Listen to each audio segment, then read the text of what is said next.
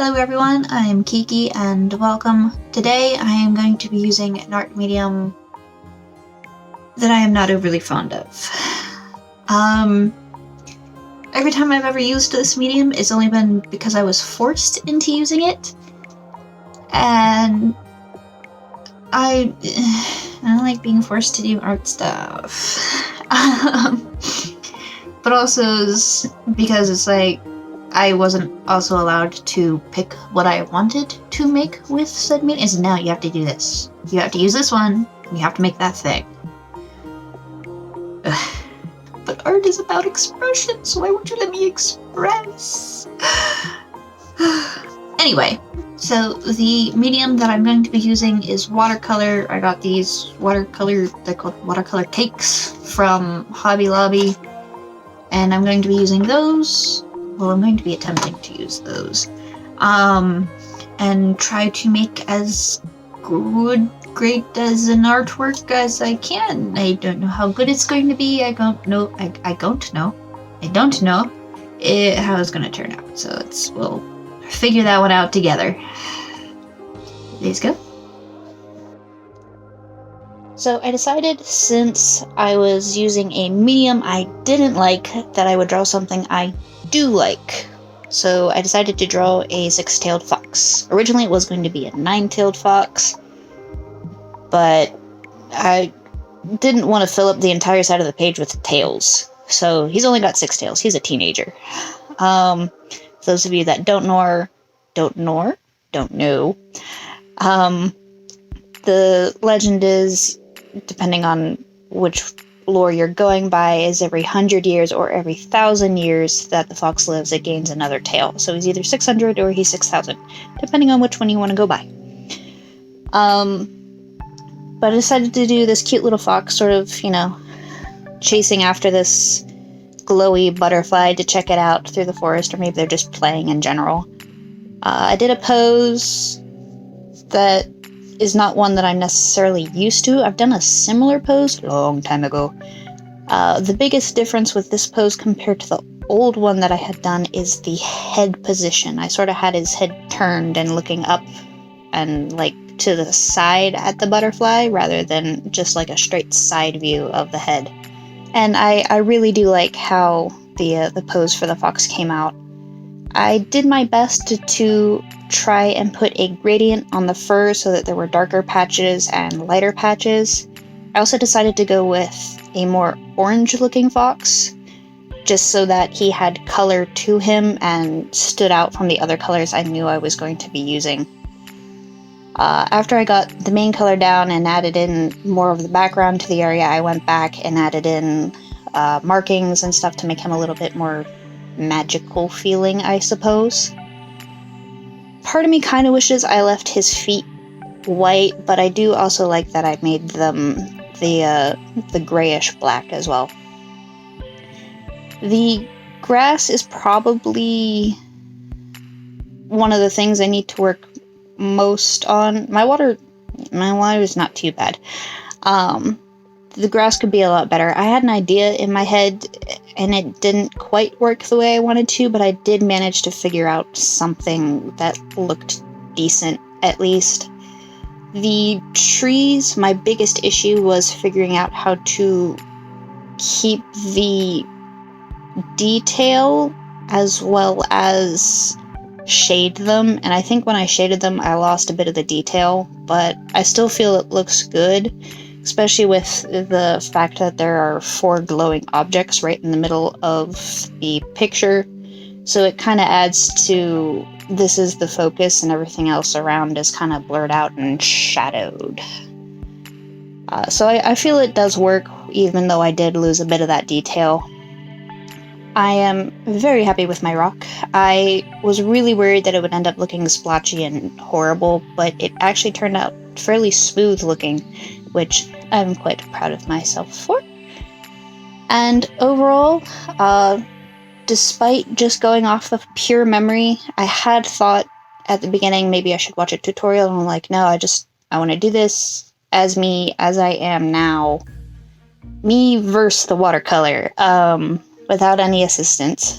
And for what it was, I think I did a fairly good job, and I hope you like the result, because I know I do. Still don't necessarily like watercolor, though.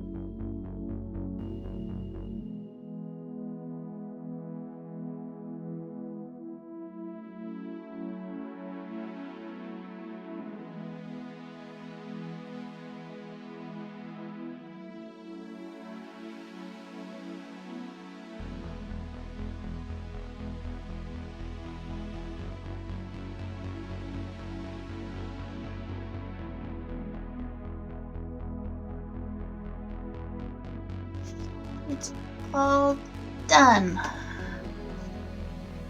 So, the verdict. I'm very happy with the result of the picture. I'm still not a fan of watercolor though. It wasn't as bad as my other experiences with watercolor, which I am again putting down specifically to the point that I wasn't being forced to do watercolor. As I said at the beginning, all the other times I've done watercolor, it's you have to do it and you have no other choice. Which is not something I get along well with when it comes to art. So the fact that I chose to do this definitely helped, and I was allowed to draw whatever I wanted, because that was another issue that I had, is every time I was forced to do watercolor, I was also forced to do this specific thing that this person wanted me to do. I was like, the watercolors themselves weren't that bad. They were all really pretty pigmented, and for the most part pretty opaque. There was only like one or two that wasn't really opaque. And I probably should have watched maybe one or two tutorials, but at the same time, I really just wanted to do it with what I remember learning about it and just going from there. I don't hate it as much now, but I still don't like it. It's still not going to be something I do very often. I might watch some tutorials in my spare time and come back to it in a few months. But for now, I am pretty proud of this piece and what I managed to do with it. I like my rock. My rock's pretty good. It's just a general consensus that I pretty much always like the rocks I make. My trees could use some work. But other than that, and the fact that I still don't necessarily like watercolor, I did enjoy making this, and I hope you enjoyed watching it, and that perhaps you'll join me on my arty journey. Bye.